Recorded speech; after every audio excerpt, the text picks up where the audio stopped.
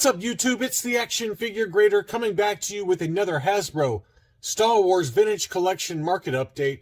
We just did one of these, but there was enough data and enough interesting auctions that all closed here this week that I thought it was worth getting out some more price information. And I asked you guys, the viewers, which characters do you think are going up in price and those that are going down in price? We saw at the end of last year that pretty much everything vintage collection was on the way down. It seemed like prices were really dropping. But there are a few good data points here that I think point to some signs of life in the vintage collection. And I want to start with first Kit Fisto, VC29. This is not one that I have in my collection, but the more I see this card, I really like it. I love that figure. I love the way it looks inside there. And it's one I wouldn't mind picking up at some point soon. And there were a couple of VC29 Kit Fistos that sold, and the reason I point these out is I don't know if they're necessarily going up in price, but he's holding his value really nicely. This one was a really super clean example. It didn't have hardly any edge wear at all, given the age of this thing, and it sold for $142.50. Now, the reason I want to show this one is because let's call that's probably about a 90 grade. This is at a minimum is my guess. It looked super perfect. Now, this one then sold also, this is about the same day. I think the same day or the day after. And this one had a little bit more edge wear, as you can see on the back of the card. In the bottom right-hand corner there's some edge wear, and on the bottom left, just general, very light edge wear. This is probably like an 85 grade, so just one notch lower. But you can see here the sales price of $102.50, and that compares versus $142.50. So about 40% difference in price, according to the market, based on these two sales, to go from like an 85 quality to a 90 quality of VC29 Kit Fisto. So it's just, given the fact that these close so closely next to each other, they basically close within 2 hours of each other. And I just thought it was worth pointing that out because it was a noticeable difference in quality, and the price points reflected that. So you got to really zoom in on those photos. Now, another one that we've talked about here recently, VC34 Jango Fett. We saw that insane AFA 9.0 on the modern scale that just sold in the last video for over $800, which is easily the highest price I've seen for a Jango Fett, graded or ungraded, no matter what the card back. And this is the same US card.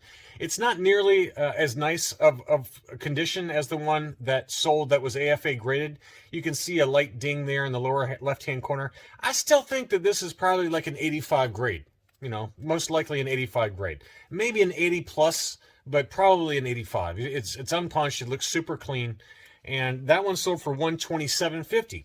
Now, to get this graded, you're probably looking at about all in with shipping about $75. So you're probably about $200 in for an AFA 85 quality VC34 Jango Fett. Now compare that to an AFA 9.0 Jango Fett that just sold for $800. If you're willing to deal with the 8-month or 9-month turnaround times and send stuff in yourself, there's some value to be had there, obviously, given the fact that a 9.0 sold for $800. I mean, that's a crazy number. And I think if you're patient, you can find a VC34 in 9.0 90 grade quality pretty easily. It's not that terribly hard to find, and I think you could probably get it for under $250 too. So it comes down to whether you're willing to pay the premium for an item that's already graded, so you don't have to wait 8 months, or do you get one that's super clean, you take a good look at all the photos, and send one in yourself and save quite a bit of money. And again, it's only for people that collect graded TVC, but it's something to think about. Another thing that I wanted to bring up is that you want to make sure that with these TVC, especially you know, some of these more expensive ones like Jango Fett and some of the others we're looking at, John Miko in the Facebook Vintage Collection group raises a great point that I don't think I've talked about, or if I haven't talked about it enough.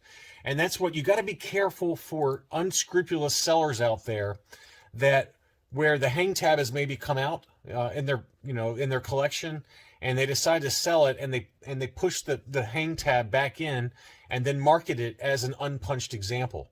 You got to be really careful. I'm not saying that that's the case with this one, because it's not. It looks fine to me.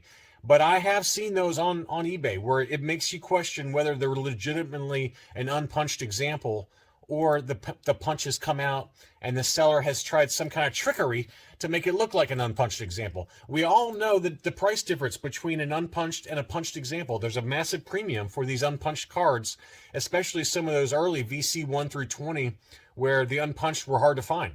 So be careful out there. I don't say that enough, and thank you to John for reminding me in my last market update that there's quite a few people on eBay that will take your money and try all kinds of little tricks. And it's not limited to the vintage collection. We see these kind of tricks and lots of weird things that go on in the vintage Kenner runs too. But anyway, this seller, I'm not accusing that seller of anything. I just happened to remember that I needed to mention that John Miko reminder. But this seller had a number of beautiful items that sold this week over the last day or so. New and used games. I've seen a number of items from this seller, and they are all gorgeous. This seller's got very high feedback, 99.7% feedback on almost 1,700 transactions. That's a pretty good feedback. But all of his items came in a star case. This one sold for $81. This is VC 38. Now that seemed like a pretty good deal there. That same card back, but this one was a European card. That one sold for $110. This was in the US, but it was a European card back.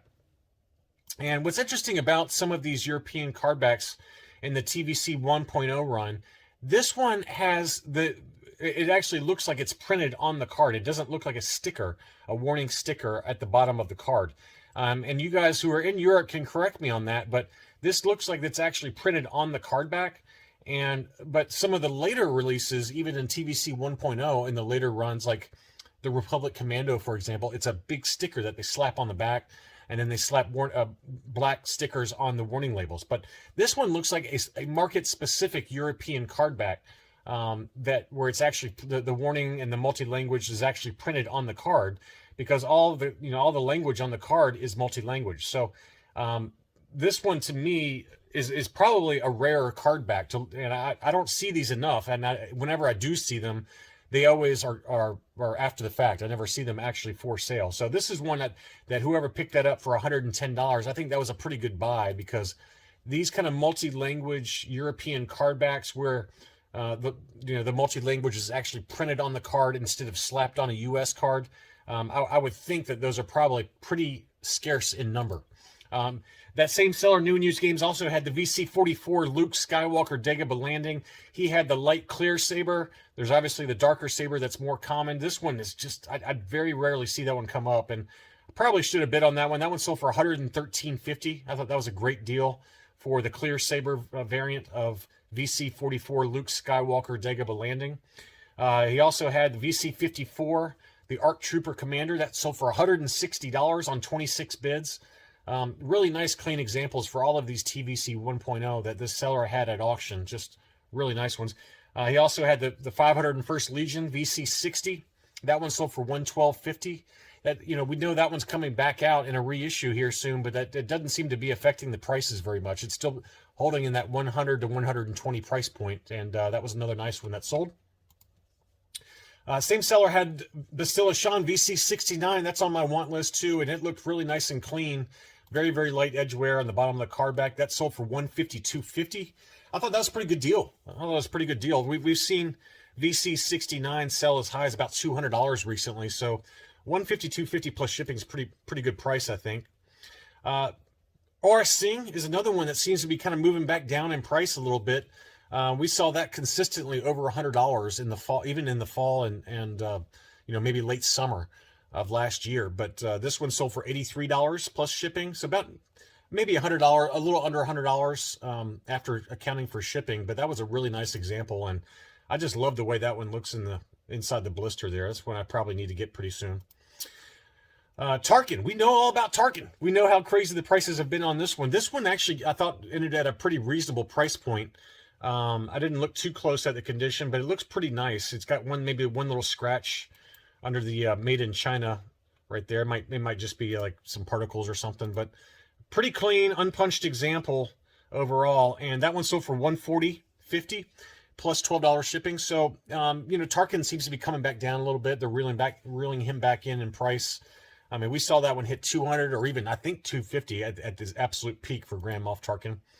A couple of really good deals that he had on some sealed mail-aways. This was the rocket-firing Boba Fett. It even came in like some kind of plastic protector case, similar to some of the Black Series cases that you see for sale. But that one sold for $150. I thought that was a great deal for a factory-sealed rocket-firing Boba Fett mail-away.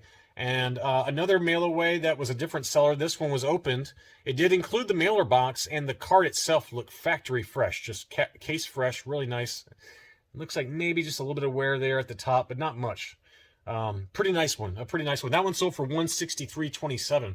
And so I wanted to show both of these because it's interesting to me that an open one that's no longer, uncirculated or still sealed in the factory box actually went for more. Or the one that's been opened actually went for more than the one that was factory sealed, $10 more. And so maybe it's because you can see it, right? You can actually see the card back that you're buying versus that you're taking a chance that this one hasn't been, rattled around inside that mailer box and had started to have major edge wear, which does happen. I mean, I've seen some uncirculated examples graded by AFA. They're like 7.5s and 8s because, you never know what happened to that mailer box over the last 10 or, let's call it 12 years now. Whether that was taken care of or whether it rattled around and things like that. So I could understand it a little bit that people wanted to make sure that what you're buying is actually still in good condition versus rolling the dice and hoping that it's still okay. That same seller, New and Used Games, also had the prototype Boba Fett. That sold for $75 in a factory sealed mail-away mailer. I thought that was a great deal. The mailer looked fine. I mean, that's a good candidate, I think, to send into AFA and just get it uncirculated graded. But really, really good deal there for a sealed mailer box of the prototype Fett. VC 109. This is the Clone Trooper Lieutenant. Another really nice, clean example of a TVC 1.0. That one sold for $131 plus $12 shipping. So that one was a pretty hefty price point on 21 bids. I mean, this seller just had a number of amazing ones, and I try not to dominate with one particular seller, but there was just so many beautiful TVC 1.0 unpunched that all sold at auction that I thought it was worth pointing out some good market data. The Republic Trooper on the Expanded Universe card back. This is one that's on my want list at some point. That one sold for $137.50. That's a blip upwards. That's a blip up. We've seen that one sell for $100 to $115-ish. So a slight jump over some of the recent sales, and it looks super clean. Really, really nice example. Another one that continues to hold its value at high prices, that's VC 115, the Emperor's Wrath Darth Vader. That one is, it got up to about $300, and then it came back down to about $100 to $115. This one sold for $150. So this is, again, another one that you just never know what the final price is going to look like. This was a buy it now situation, so admittedly was not at auction, but I've seen that one sell for as low as $100 to $115 recently in pretty good shape. This one sold for $150, but still well off the highs of $300-ish. Another one that we've talked about, we saw that cut card. There was a cut card of Luke Skywalker crate that sold for $46. I thought that was hilarious, but this is actually the VC 146 Luke crate on the mint on card. Really nice, clean-looking card, produced over in the Canadian factories for Hasbro. You can see there's Hasbro Canada on the back. A number of those of these releases were made over in the Canadian factory and were the Hasbro Canada card backs. The Luke Skywalker crate, the Imperial Assault Tank Commander, Ray Island Journey's another one, and I think one of the Rogue One Death Troopers. I think all four of those have the EDAD multi-language pill on the top left-hand corner, and then on the back it's got the Hasbro Canada address there. So that's highlighted. So I think that these are produced in Canada, and I know that CAS at least labels those as Hasbro Canada. I don't know how AFA labels those, but anyway, the Luke Skywalker crate, it really it's come back down a little bit. It got I think above $100. This one was listed at $100, best offer accepted. So probably if it's come down, it hasn't come down too much. I didn't bother looking up what the final actual sales price was for this, but that's one that seems to be pretty popular with collectors, given that a cut card of this one sold for almost $50. This is another one that is made, what I was just referencing, that this was made in the Hasbro Canada factory. This is the Imperial Assault Tank Commander, another one that's pretty popular with collectors. That one sold for $93. $93 plus $12 shipping, but a really nice example there. Talk about coming back down to earth. The droid's Boba Fett has really come back down to earth a little bit, and maybe it's condition. I don't know. This one only had one photo, so that might have been a reason why it sold so cheap. But this one sold for $35 over in the UK, plus another $56 shipping. So let's call that $90 if it was a US buyer, but it's, the vast majority of that total being global shipping program costs. But if you're in the UK, to pick that up for 26 bucks, that's a pretty good deal. So, or 26 pounds, that's a pretty good deal. So for those of you who don't have the Boba Fett yet, just be patient. I think that we can probably see a similar price decline in this Target exclusive Droids Boba Fett here in the US once that item becomes more plentiful. But right now, obviously, it's still not out yet. Pre-orders still haven't been filled yet. I still have no idea if my canceled pre-order is going to get filled yet, but at some point these will be very, very plentiful, and I expect the price to continue to drop. But I mean, we saw that thing go for just insane money here just recently in the last few weeks. So as usual, I just caution patience, and we'll probably see something. A few vehicles also did sell, so I wanted to point those out real quick before we wrap up the video. This was the Amazon exclusive TIE Interceptor. It looked like a nice clean box. That sold for $202 plus $15 shipping. I didn't look too close, but just very, very light edge wear, but it was factory sealed and in pretty darn good condition overall. So $202.50 for that Amazon TIE Interceptor, in case you're still looking for that one. This was a beat up B-Wing, Return of the Jedi. I think, I'm going on memory, I think this might have been a Kmart exclusive, but don't quote me on that. But this was an opener. Obviously, the box was pretty beat up, but somebody wanted it for their collection. That one sold for $144.50 plus another $30 shipping. So let's call that $175. That's a big number for an opener for the Kmart B-Wing fighter in the vintage collection. And then finally, I thought I'd just go ahead and show another data point for the Millennium Falcon Smuggler's Run Edition. And that one sold for $695 plus free shipping. So that one continues to hold its value.